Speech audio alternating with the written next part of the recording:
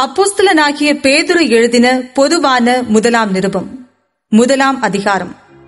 இயேசு கிறிஸ்துவின் அப்போஸ்தலனாகிய பேதுரு பொந்து, கலாத்தியா, கப்பத்தோக்கியா, ஆசியா, பித்தினியா தேசங்களிலே சிதறி இருக்கிறவர்களில் பிதாவாகிய தேவனுடைய முன்னறிவின்படியே ஆவியானவரின் பரிசுத்தமாக்குதலினாலே கீழ்ப்படிதலுக்கும் இயேசு கிறிஸ்துவினுடைய இரத்தம் தெளிக்கப்படுதலுக்கும் தெரிந்து கொள்ளப்பட்ட பரதேசிகளுக்கு எழுதுகிறதாவது: கிருபையும் சமாதானமும் உங்களுக்கு பெருக கடவது.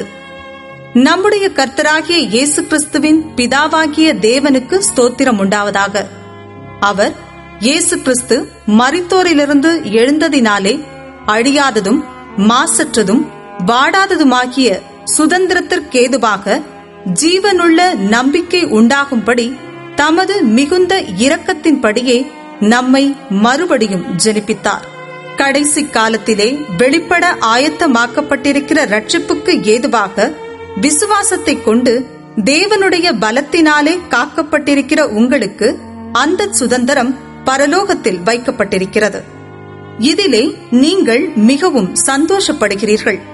என்றாலும் துன்பப்பட வேண்டியது அவசியமானதால் இப்பொழுது கொஞ்ச காலம் பலவிதமான சோதனைகளினாலே துக்கப்படுகிறீர்கள். அழிந்து போகிற பொன் அக்கினியினாலே சோதிக்கப்படும்.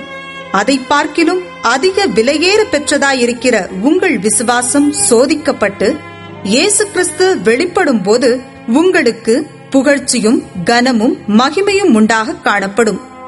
அவரை நீங்கள் காணாமலிருந்தும் அவரிடத்தில் அன்பு கூறுகிறீர்கள். இப்பொழுது அவரை தரிசியாமலிருந்தும் அவரிடத்தில் விசுவாசம் வைத்து சொல்லி முடியாததும் மகிமையால் நிறைந்ததுமாயிருக்கிற சந்தோஷமுள்ளவர்களாய் களிகூர்ந்து உங்கள் விசுவாசத்தின் பலனாகிய ஆத்தும ரட்சிப்பை அடைகிறீர்கள்.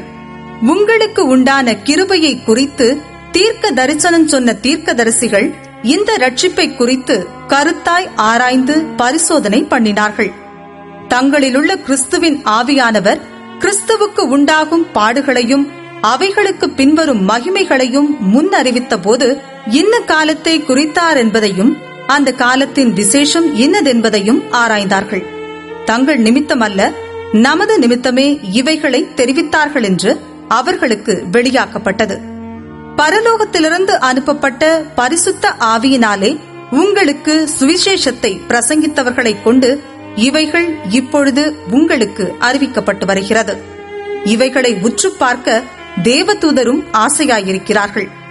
ஆகையால் நீங்கள் உங்கள் மனதின் அறையை கட்டிக்கொண்டு தெளிந்த புத்தியுள்ளவர்களாயிருந்து இயேசு கிறிஸ்து வெளிப்படும் போது உங்களுக்கு அளிக்கப்படும் கிருபையின் மேல் பூரண நம்பிக்கையுள்ளவர்களாயிருங்கள். நீங்கள் முன்னே உங்கள் அறியாமையினாலே கொண்டிருந்த இச்சைகளின்படி இனி நடவாமல் கீழ்ப்படுகிற பிள்ளைகளாயிருந்து உங்களை அழைத்தவர் பரிசுத்தராயிருக்கிறது போல நீங்களும் உங்கள் நடக்கைகள் எல்லாவற்றிலேயும் பரிசுத்தராயிருங்கள். நான் பரிசுத்தர், ஆகையால் நீங்களும் பரிசுத்தராயிருங்கள் என்று எழுதியிருக்கிறதே. அன்றியும் பட்சபாதம் இல்லாமல் அவனவனுடைய கிரியைகளின்படி நியாயம் தீர்க்கிறவரை நீங்கள் பிதாவாக தொழுது கொண்டு வருகிறபடியால் இங்கே பரதேசிகளாய் சஞ்சரிக்கும் அளவும் பயத்துடனே நடந்து கொள்ளுங்கள்.